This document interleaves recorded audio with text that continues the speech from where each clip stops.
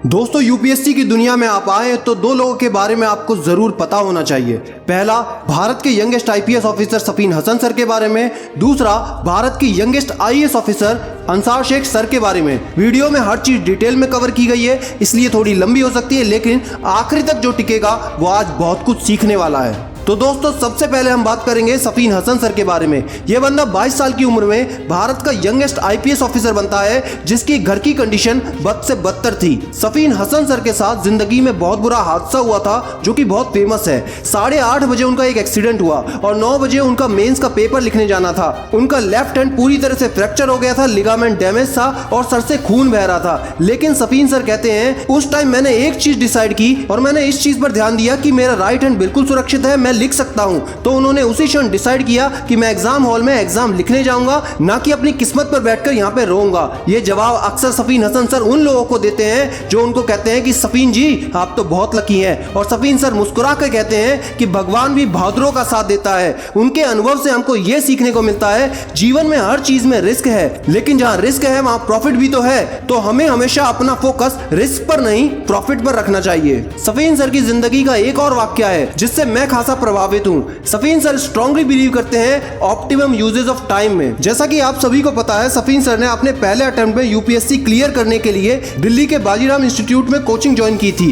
वहां पर 500 बच्चों की एक क्लास होती थी। पहली रो में बैठने के लिए आपको 1 घंटे पहले आना पड़ता था। वहां पहुंचकर 1 घंटे में जहां सब लोग कुछ चीजों को डिस्कस करते थे जिनके बारे में उनको खुद नहीं पता होता था, सफीन सर कहते हैं मैं उस 1 घंटे में अपने ईयरफोन लगाकर बाजीराव की मंथली मैगजीन को रिवाइज किया करता था। उन्होंने कभी भी मंथली मैगजीन को रिवाइज करने के लिए अलग से टाइम नहीं निकाला, सिर्फ 1 घंटे रोज वहीं पर रिवीजन किया। जब यूपीएससी का पेपर देना था तब तक उस 1 घंटे की बदौलत 5 से 6 बार वो सभी मंथली मैगजीन्स को रिवाइज कर चुके थे। सफीन सर इस बात पर जोर देकर कहते हैं, कभी अपना टाइम फालतू चीजों पर वेस्ट मत करो। सारी मैगजीन्स पढ़ने की कोशिश मत करो। जिस मैगजीन को तुमने चूज कर लिया, जिस मैगजीन को तुमने डिसाइड कर लिया, सिर्फ उसी पर फोकस करो। तुम्हारा दोस्त क्या कर रहा है, तुम्हारे सीनियर ने क्या पढ़ा, वो बिल्कुल अलग चीज होती है। इसी तरह वो मेंस के लिए एडवाइस देते हैं कि अगर आपकी हैंडराइटिंग अच्छी है, स्पीड अच्छी है, तो सिर्फ कंटेंट पर फोकस करो। ज्यादातर एस्पिरेंट्स टाइम वेस्ट करते हैं देखा देखी में। अगर आप उन सब से बच जाओगे तो आप पूरे समय का बहुत अच्छे से इस्तेमाल कर सकते हो।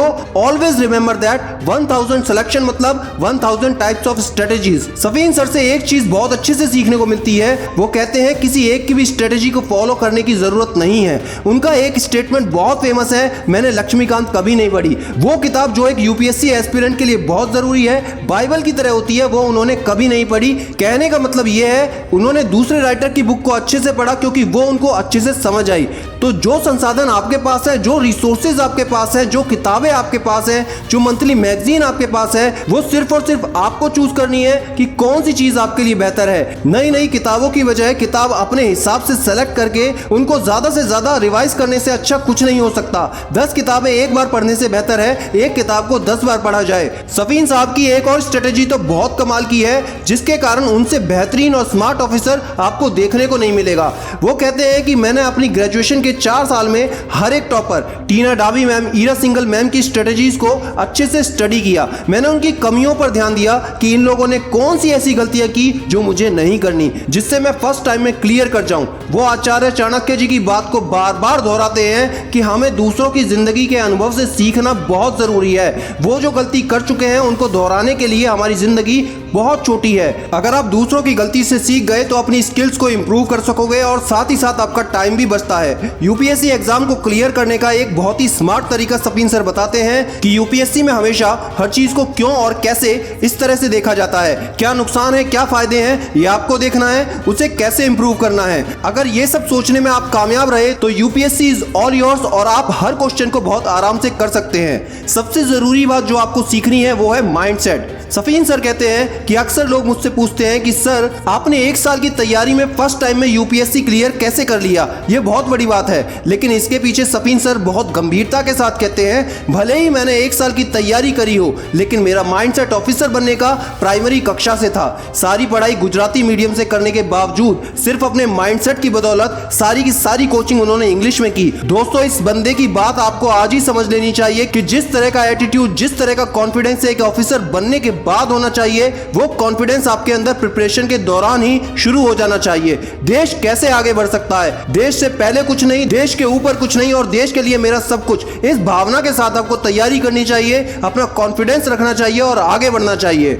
अब बात करते हैं हम भारत के सबसे कम उम्र के IAS officer mister Ansar Shaikh sir के बारे में। लेकिन उससे पहले एक जरूरी सूचना, हमारे चैनल पर 80% लोग ऐसे हैं जो वीडियोस तो देखते हैं लेकिन चैनल को अभी तक सब्सक्राइब नहीं किया। तो दोस्तों चैनल को सब्सक्राइब जरूर कर लें और साथ में बेल आइकन जरूर दबा लें, क्योंकि जो भी नई वीडियोस आती हैं उसका नोटिफिकेशन सबसे पहले आप तक पहुंचे और ऐसा मोटिवेशन आप रोज सुन सके। और साथ ही अगर आपको कोई भी प्रॉब्लम है और ज्यादा जानकारी, सबसे पहले जानकारी आपको मिले तो इंस्टाग्राम पर @CDmania Infotainment आप जरूर फॉलो कर लें। इसका लिंक आपको डिस्क्रिप्शन और कमेंट बॉक्स में मिल जाएगा। दोस्तों आज हम उस चमकते सितारे के बारे में बात करने वाले हैं। भगवान ना करे ऐसी ही कंडीशन किसी के जिंदगी में आए। गरीबी का आलम यह था कि जब वो चौथी क्लास में थे तो उसके पिताजी ने उसकी पढ़ाई को छुड़वा कर काम धंधे पर लगाना चाहा। घर में एक दिन खाने के बाद अगले दिन का खाना नहीं होता था। क्या खाने को मिलेगा या नहीं ये किसी को नहीं पता होता था। टीचर ने समझाया तो पढ़ाई तो बच गई, लेकिन जिंदगी आसान नहीं थी। अपनी पढ़ाई के खर्च को उठाने के लिए एक छोटे से बच्चे को एक होटल में वेटर का काम भी करना पड़ा। पढ़ता वो जा रहा था लेकिन बिना ये जाने कि उसे बनना क्या था। लेकिन जिंदगी में एक ऐसा मोड़ आया कि उसने ये जान लिया कि उसे एक अधिकारी बनना है। तो दोस्तों आज हम बात करने वाले हैं महाराष्ट्र के शूरवीर UPSC warrior Ansar Shaikh sir के बारे में। अंसार शेख सर अपने परिवार के बारे में बताते हैं कि मेरे परिवार में मेरे मम्मी पापा, 2 बहनें और छोटा भाई है। भारत में जितनी भी कुप्रथा, दहेज से लेकर बचपन में शादी से लेकर घर में झगड़े से लेकर ज्यादा शादी करने तक हर तरह की कुप्रथा उन्होंने बचपन में ही देख ली थी। एक बार अंसार सर को एक कंप्यूटर कोर्स करना था जिसकी फीस लगभग 2800 रुपए थी। उस फीस को चुकाने के लिए उस 10वीं क्लास के लड़के ने होटल में काम करना शुरू किया, जहां पर उसे हाथों से फर्श पर पोछा लगाना पड़ता था, कस्टमर को चाय वगैरह सर्व करनी पड़ती थी और खुद से ज्यादा भारी बर्तनों में पानी भरकर लाना पड़ता था। अंसार जी कहते हैं कि मुझे अपनी पढ़ाई को जारी रखने के लिए कोई भी काम करना पड़ता था तो मैं बिल्कुल तैयार रहता था, क्योंकि मुझे अपनी पढ़ाई को हर हाल में जारी रखना था। एक बात को बताते हुए अंसार शेख सर की आंखों में आंसू आ जाते हैं, लेकिन कॉन्फिडेंस बहुत बढ़ जाता है कि इतने बुरे हालात में जब मुझसे सवाल किया जाता है कि आप जिंदा भी कैसे रह सकते हैं, तो उनका जवाब सिर्फ एक ही आता है कि एजुकेशन करना, पढ़ाई करना मुझे बहुत पसंद था और मुझे पढ़ना बहुत अच्छा लगता था। अंसार शेख सर अपनी स्पीच में बड़ी बड़ी स्टेज पर एक बात का जिक्र करना बिल्कुल नहीं भूलते कि यदि आपको लगता है एजुकेशन सिस्टम आपको नीचे दबा रहा है, अगर आपको लग रहा है कि आपकी सोसाइटी आपको नीचे दबा रही है, अगर आपको लगता है कि संसाधनों की कमी आपको पीछे घसीट रही है, तो ऐसा बिल्कुल नहीं है। सिर्फ और सिर्फ एक ही चीज आपको पीछे कर सकती है, वो है आपका माइंडसेट। दृढ़ इच्छा शक्ति के साथ यदि आप अपने पथ पर बने रहेंगे तो आपको हेल्प जरूर मिलती है। जैसा कि चौथी कक्षा में अंसार जी की पढ़ाई छूटने ही वाली थी तो उनके पिताजी को उनके टीचर ने बहुत अच्छे से समझाया, तभी उनकी पढ़ाई आगे जारी रह सकी। इसलिए अपना माइंडसेट स्ट्रांग रखना बहुत जरूरी है। अंसार शेख सर बताते हैं कि 11वीं और 12वीं की पढ़ाई उन्होंने आर्ट से करी। उन्होंने बहुत मन लगाकर अपनी पढ़ाई की। उन्होंने अपनी पढ़ाई के दौरान 91% मार्क्स हासिल करे और संस्कृत, जो कि उन्होंने सिर्फ 11वीं और 12वीं में पढ़ा था, उसमें 100 में से 100 मार्क्स लाए। नंबर्स का जिक्र वो हमेशा इसलिए करते हैं कि आपको मार्क्स इंटेलिजेंट नहीं बनाते, बल्कि ये बताते हैं कि आपने कितनी मेहनत करी है, कितने हार्ड वर्किंग है, जो कि यूपीएससी के लिए बहुत जरूरी है।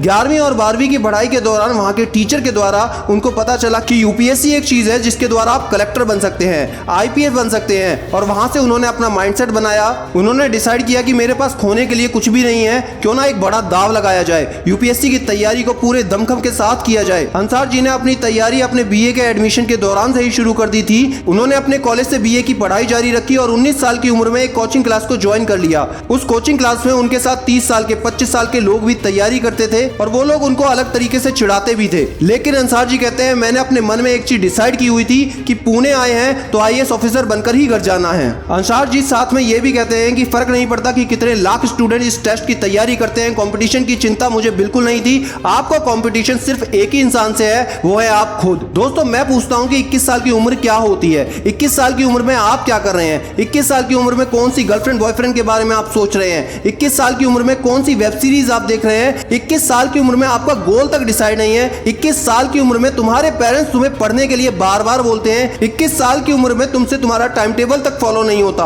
और वहीं 21 साल की उम्र में इस लड़के ने मेंस के पेपर जब लिखे तो अंसार शेख सर कहते हैं कि दिन में 6 घंटे मुझको लिखना पड़ता था, 8000 शब्द लिखने पड़ते थे। लिखते लिखते मेरे हाथ का अंगूठा सूज गया था, जिसको आधे घंटे के के लिए गर्म पानी में रखना पड़ता था। कुर्सी पर बैठे बैठे लिखते लिखते वो सो जाते थे। कमर का दर्द होना शुरू हो गया था, आंखों के चश्मे का नंबर बढ़ गया था। लेकिन संघर्ष अभी खत्म नहीं हुआ था। इंटरव्यू के कुछ दिन पहले ही अंसार जी के जीजा जी चल बसे, लेकिन उनकी दीदी ने कहा कि अंसार तुम अपनी पढ़ाई को जारी रखो। जहां घर में इतने कठिन हालात थे, 21 साल का बच्चा जो मेंटली कितना परेशान होगा, लेकिन उन हालातों में भी वो स्ट्रॉन्ग माइंड के साथ अपनी पढ़ाई को उसने जारी रखते हुए इंटरव्यू भी उसने क्लियर करा और इंडिया का यंगेस्ट आईएएस ऑफिसर बन गया। दोस्त, आज जो भी पढ़ाई आप कर रहे हो, जो भी स्ट्रगल आप कर रहे हो, कैसे भी हालातों में क्यों ना हो, मैं आशा करता हूं कि इन दोनों पर्सनैलिटी से आपको सीखने को बहुत कुछ मिला होगा। अब जल्दी से मुझे कमेंट करके बताओ कि आपने कौन कौन सी चीजें सीखी और कौन कौन सी नोट कर ली हैं, और किसके बारे में आपको वीडियो चाहिए वो भी कमेंट करके बताओ। अगर वीडियो पूरा देखा है तो जय हिंद जरूर लिखना। इंस्टाग्राम पर मुझसे पर्सनल बात कर सकते हो, और हमेशा याद रखना मैं हूं सिद्धांत शर्मा।